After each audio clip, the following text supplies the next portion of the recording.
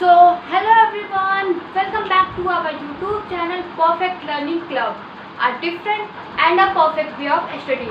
As you all know, this is me Sanu Singh as your chemistry teacher of class 9, and I am back with our topic Atom and Molecules Part 2, जिसमें हम आज पढ़ने वाले हैं atom के बारे में।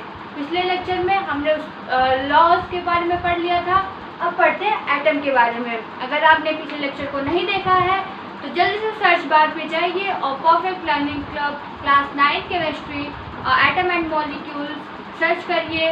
उसके बाद फिर जल्दी से उस लेक्चर को कंप्लीट करिए। उसके बाद एंड नेक्स्ट आप इस वीडियो को स्टार्ट करिए। इस वीडियो को आप एंड तक देखिएगा, आपका सारे कॉन्सेप्ट बोल्ड क्लियर हो जाएंगे।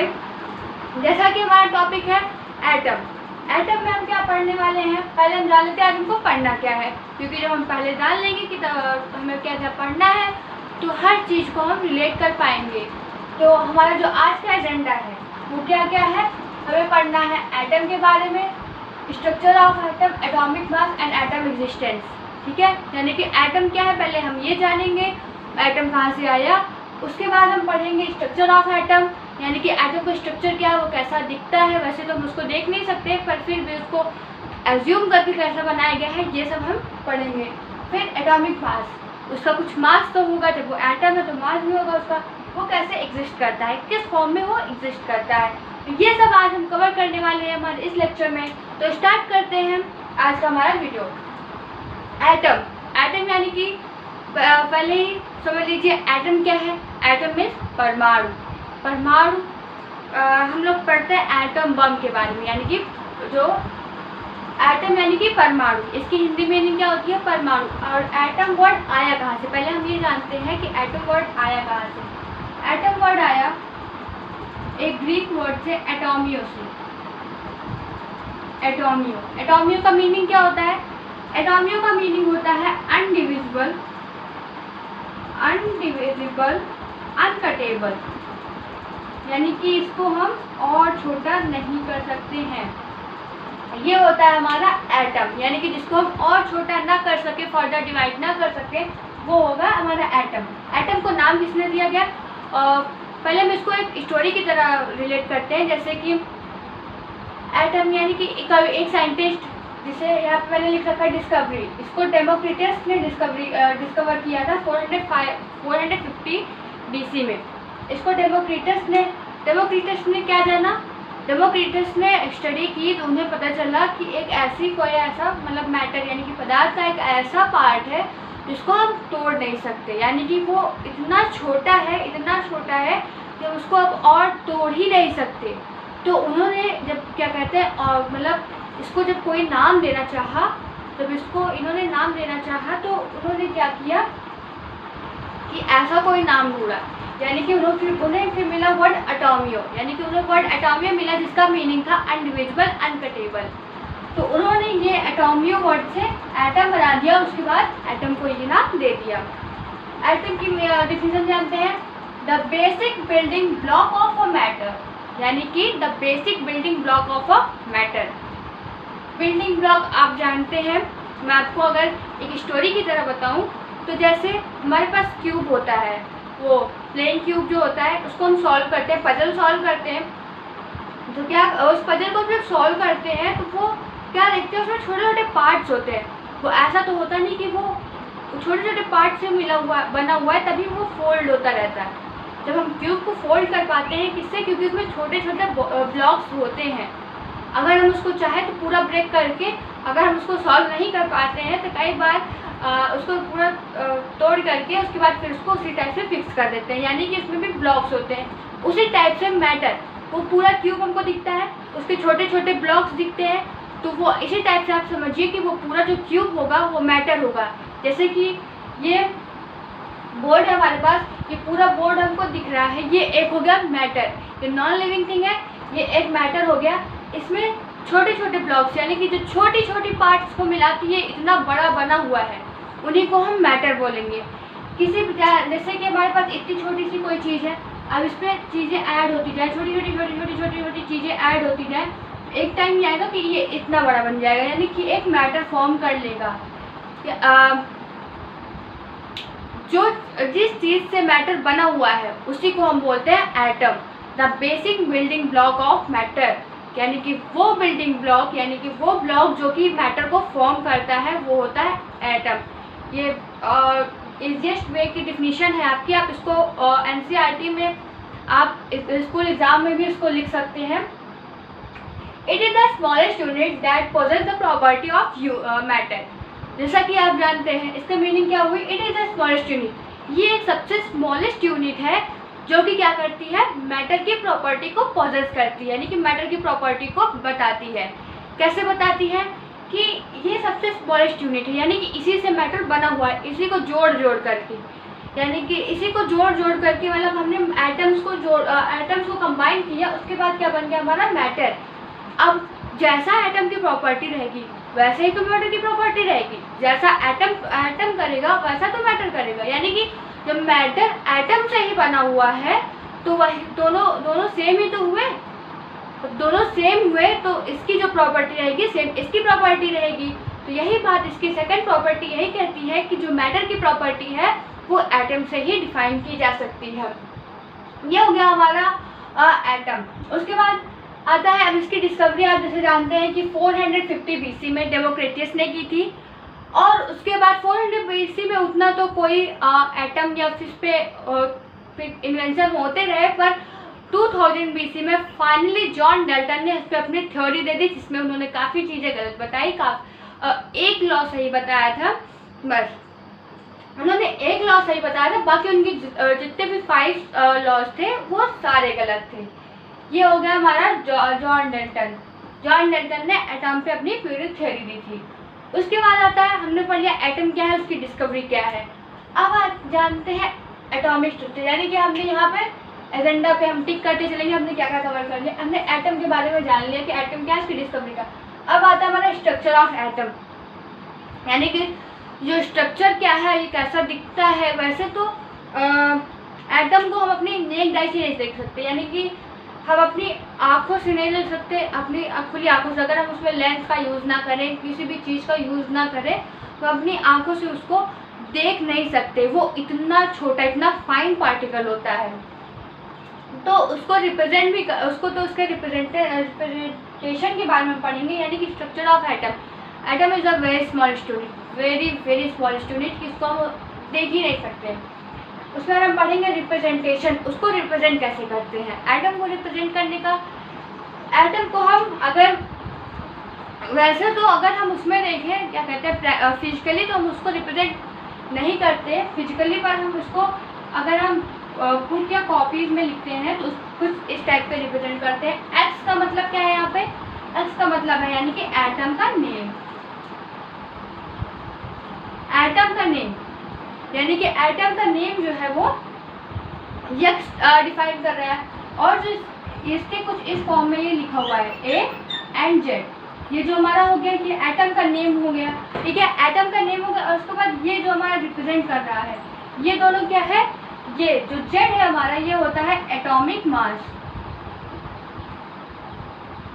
सॉरी ये होता है हमारा एटॉमिक नंबर, और ये होता है हमारा एटॉमिक मास। अगर हम किसी भी एटम को लिख रहे हैं तो हम यहाँ पे उसका नेम लिखेंगे, उसके बाद यहाँ पे उसका एटॉमिक मास, यहाँ पे उसका एटॉमिक नंबर।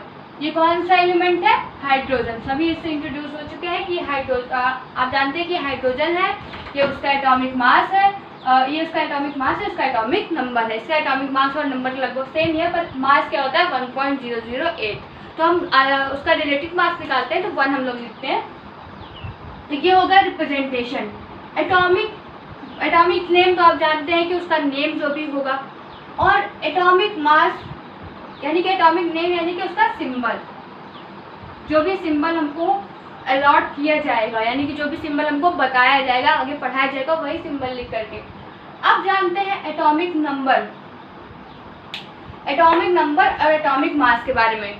कई सारे स्टूडेंट्स को ये कंफ्यूजन होती है, एज ऑल मुझे भी थी काफ़ी टाइम पहले जब मैं क्लास 9th में थी, तो मुझे कंफ्यूजन होती थी कि एटॉमिक नंबर आया कहाँ से, क्योंकि क्या कहते हैं काफ़ी मतलब एनसीईआरटी हम लोग रीड करते हैं, पर हमको तक कॉन्सेप्ट क्लियर नहीं हो पाता है कि एटॉमिक नंबर आया कहाँ से हमारा। हम कैसे जान गए कि इसका एटॉमिक नंबर, जैसे मान लीजिए हमारे पास एक हाइड्रोजन एटम है, आप सभी हाइड्रोजन एटम जानते हैं। मान लीजिए हमारे पास एक हाइड्रोजन एटम है, ठीक है। अब इसका जो 1 एटॉमिक नंबर हम बोल रहे हैं, ये आया कहाँ से, ये कैसे आ गया, ये कहाँ से, हम लोग कैसे जान गए कि किसी भी साइंटिस्ट ने दे दिया इसको 1? हाइड्रोजन को भी तो 1 दे सकते थे, पर नहीं दिए। क्यों नहीं दिए? क्योंकि atomic number is equal to होता है number of proton. Number of proton अभी आगे आप इन सबसे इंट्रोड्यूस होंगे, प्रोटॉन, न्यूट्रॉन और इलेक्ट्रॉन से, जिसमें आप उनकी डिस्कवरी के बारे में नेक्स्ट चैप्टर में मैं आपको पूरा डिटेल में क्लियर करूंगी। पर यहाँ पर आप सिंपल्स रहेंगे, यानी कि नंबर ऑफ प्रोटॉन कहाँ प्रेजेंट होता है? न्यूक्लियस में। ये सब आप क्लास मतलब नेक्स्ट चैप्टर में एकदम पूरा अच्छे से पढ़ेंगे, पर अभी आपको इतना जानिए कि एटॉमिक नंबर क्या होता है, नंबर ऑफ प्रोटॉन। और एटॉमिक मास, जैसा कि मैंने बोला, ए को हम लोग रिप्रेजेंट करते हैं एटॉमिक मास के फॉर्म में। एटॉमिक मास क्या होता है? Number of proton plus number of neutron. हमारे पास जैसे कि क्या होता है कि 3 हमारे पास होते हैं फंडामेंटल, इलेक्ट्रॉन, प्रोटॉन और न्यूट्रॉन। इलेक्ट्रॉन, प्रोटॉन, न्यूट्रॉन में से हम एटॉमिक नंबर को प्रोटॉन से यानी कि जेड से रिप्रेजेंट करते हैं। जितना भी नंबर ऑफ प्रोटॉन होगा उतना हमारा उतना हमारा क्या होगा? Atomic number. उसके बाद क्या होता है हमारा? Atomic mass. एटॉमिक मास जो हमारा होता है वो क्या होता है? एटॉमिक मास हम क्या जानते हैं? Number of proton plus number of neutron. Number of proton plus number of neutron is equal to होता है हमारा एटॉमिक मास। ये हो गया हमारा रिप्रेजेंटेशन। हमने जान लिया हम रिप्रेजेंट कैसे करते हैं, यानी कि ये हो गया हमारे स्ट्रक्चर्स का कंप्लीट। स्ट्रक्चर आपने जानते हैं कि वो बहुत छोटा होता है। अब स्ट्रक्चर का कैसे होता है? कुछ इस फॉर्म में स्ट्रक्चर इसका जान लीजिए, कुछ इस फॉर्म में इसका रियल स्ट्रक्चर होता है। जेड को नीचे यानी कि एटॉमिक नंबर को नीचे लिखते हैं और उसको अबव। उसके बाद हमारा दोस्त फिर आता है एटॉमिक मास।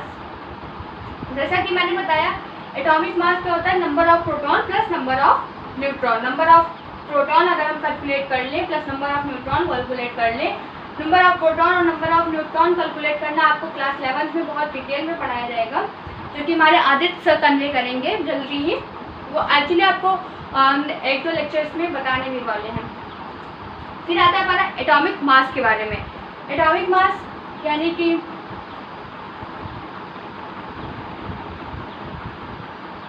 एटॉमिक मास यानी कि ए यानी कि जो हम ए को रिप्रेजेंट करते थे वो था हमारा एटॉमिक मास। एटॉमिक मास को हम क्या लिख सकते हैं? एटॉमिक मास को आप कैसे डिफाइन कर सकते हैं कि 1 AMU is equal to 1/12 mass of carbon atom. ये थ्योरी आपको मिली 1961 में। ये थ्योरी आपको मिली 1961 में। ये थ्योरी आपको 1900 wait a minute, atomic mass पे आने से पहले हम पढ़ लेते हैं सिंबल जो हमने अभी पढ़ा।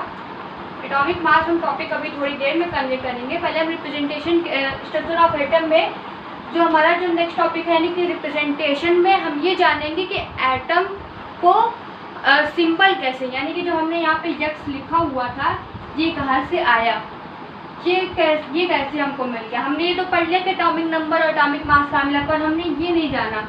इसको जानने के लिए हमको क्या करना पड़ेगा? हमको पढ़ना पड़ेगा। जैसे कि एटॉमिक, ये क्या हो गया? एटॉमिक सिंबल, एटम का सिंबल है हमारा। ये हमारा क्या है? Atomic symbol. सिंबल को जैसा कि हम जानते हैं इसको हम यक्स से रिप्रेजेंट करते हैं, तो हमको ये मिला कहाँ से? इस पे भी 2 थ्योरीज आई थी। पहला हमारे डॉल्टन बाबा जो कि हर चीज़ में घुसे रहते थे पर उनकी थ्योरी कहीं भी जल्दी काम की नहीं आती थी, तो उन्होंने क्या किया? Atomic symbol. उन्होंने एटॉमिक सिंबल नहीं दिया, इन्होंने एटॉमिक सिंबल कैसे दिया कि किसी भी एटम को उनके क्या कहते हैं, मतलब उनको डायग्राम से रिप्रेजेंट करना है। यानी कि जैसे हमारा हाइड्रोजन एटम है तो उसको कुछ इस टाइप में उन्होंने रिप्रेजेंट किया। हमारा मान लीजिए सल्फर है तो उसको कुछ इन्होंने कुछ इस टाइप में रिप्रेजेंट किया। ये हमारा सल्फर, उन्होंने सल्फर को बताया। और ये तो मैं मान लीजिए इसको मैं लिख रही हूँ हाइड्रोजन, वेट अ मिनट, मान लीजिए मैं इसको लिख रही हूँ हाइड्रोजन। उन्होंने कुछ इस टाइप में बताया कि इस टाइप में हम इसको रिप्रेजेंट करेंगे। इसको क्या बताया, सल्फर। ऑक्सीजन को कुछ इस फॉर्म में बताया।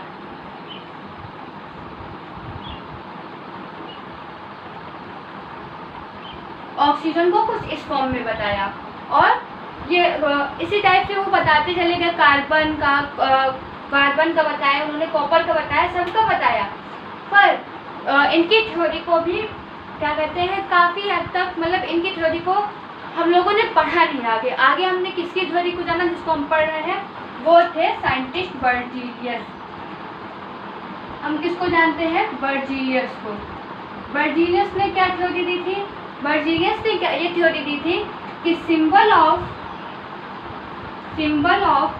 Atom is equal to the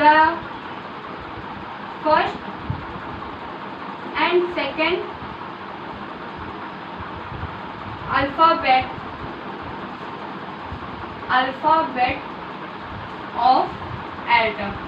यानी कि एटम का जो फर्स्ट और सेकंड अल्फाबेट होगा, यानी कि अगर हम एटम को रिप्रेजेंट करना चाहें तो या तो उसके फर्स्ट अल्फाबेट से हम रिप्रेजेंट कर लें, या तो फिर अगर हम उसको नहीं मिल पा रहे तो हम उसमें सिर्फ दो, जैसे कि हाइड्रोजन को हम रिप्रेजेंट, अब हम हाइड्रोजन को कैसे रिप्रेजेंट करते हैं, एच के फॉर्म में। हाइड्रोजन को हम एच के फॉर्म में, यानी कि इसका पहला लेटर हम लोगों ने ले लिया। सल्फर को किस तरह से रिप्रेजेंट करते हैं, एस के फॉर्म में, इसका पहला अल्फाबेट हमने ले लिया। ऑक्सीजन को ओ, यानी इसका पहला अल्फाबेट। ये थी बर्जीलियस की थ्योरी कि हम ऐसे रिप्रेजेंट कर सकते हैं। और यहाँ पे डॉल्टन की थ्योरी को भी गलत कह दिया गया। यहाँ पे डॉल्टन की थ्योरी को इतना एक्सेप्टेंस नहीं मिली, बस उसके सिंबल्स हम लोग को थोड़े बहुत ऐसे पढ़ने पड़ते हैं। उसके बाद ये हो गया हमारा रिप्रेजेंटेशन के बारे में। नेक्स्ट हमारा आता है रिप्रेजेंट हम कैसे करेंगे, ये भी आप लोगों ने सीख लिया। अब जो हमारा नेक्स्ट टॉपिक आता है वो है एटॉमिक साइज के बारे में। आपको पता चला एटॉमिक सिंबल कहाँ से मिलता है, बर्जीलियस की थ्योरी के according first and second alphabet को हम उसके सिंबल में रिप्रेजेंट करते हैं। ये हो गया हमारा। उसके बाद फिर नेक्स्ट जो टॉपिक हमारा आता है वो है आपका कितना मतलब साइज के बारे में। साइज मैंने आपको पहले ही बता दिया कि बहुत स्मॉल होता है एटम। पर अगर हम एटम को मतलब क्या कहते हैं उसको, मान लीजिए हम एटम को नापना चाहें तो एटॉमिक, उसकी हर चीज़ का रेडियस होता है। आप लोग जानते हैं कि हर चीज़ का रेडियस होता है, तो उसका भी रेडियस होगा। उसको हम लोगों ने सर्कल फॉर्म में लिया रेडियस। उसका रेडियस क्या है, उसका रेडियस को कैसे मेजर करते हैं, जैसे कि हमारी फंडामेंटल यूनिट क्या है, एसआई यूनिट क्या है, लेंथ की, मीटर। अब उसको हम कैसे रिप्रेजेंट करते हैं, 10⁹ नैनोमीटर। इस फॉर्म में हम मेजर करते हैं एटॉमिक रेडियस को। Atomic radius is equal to 10⁹ nanometre. So ये हो गया हमारा एटॉमिक रेडियस के बारे में। नेक्स्ट आता है हमारा एटॉमिक मास। एटॉमिक मास अब हमने ये भी कवर कर लिया। अब आता है हमारा एटॉमिक मास।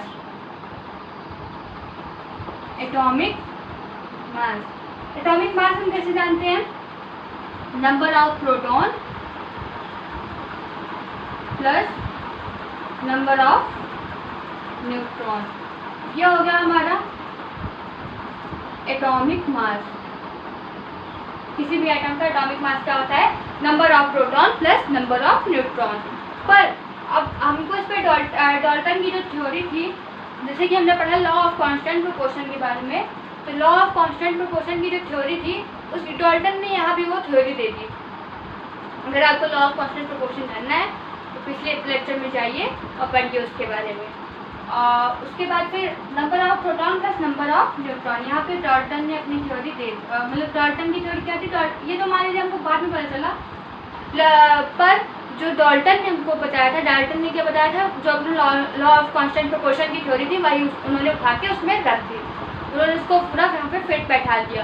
पर 1961 में इसको रिप्रेजेंट कैसे किया गया, 1 AMU, यानी कि हम इसका जैसे कि हमारा SI यूनिट क्या लेते हैं, AMU, एटॉमिक मास यूनिट को क्या डिफाइन किया हमने, 1/12 carbon, 1/12 mass of carbon atom, इसको हमने डिफाइन कर दिया 1 AMU को। तो ये हो गया हमारा एटॉमिक मास के बारे में। एटॉमिक मास को फाइंड करना अभी आगे हम सीखेंगे, अभी हमारे लिए उतना ज़रूरी नहीं है वो। आते हैं लास्ट टॉपिक पे हमारा, एटम एग्जिस्टेंस। एटम एग्जिस्ट कैसे करता है? एटम, फर्स्टली एटम एग्जिस्टेंस के बारे में जानेंगे। क्या आप कह सकते हैं कि एटम फ्री स्टेट में एग्जिस्ट कर सकता होगा? एक एटम अकेला बेचारा रह सकता होगा? वो इतना छोटा होता है कि उसको फूंक मार दो, क्या फूंक है ऐसे कर दो वो उड़ जाएगा, मतलब वो डिस्ट्रॉय हो जाएगा। तो क्या होगा, एटम क्या फ्री फॉर्म में एग्जिस्ट कर सकता है? No, atom do not exist, atom do not exist in free form.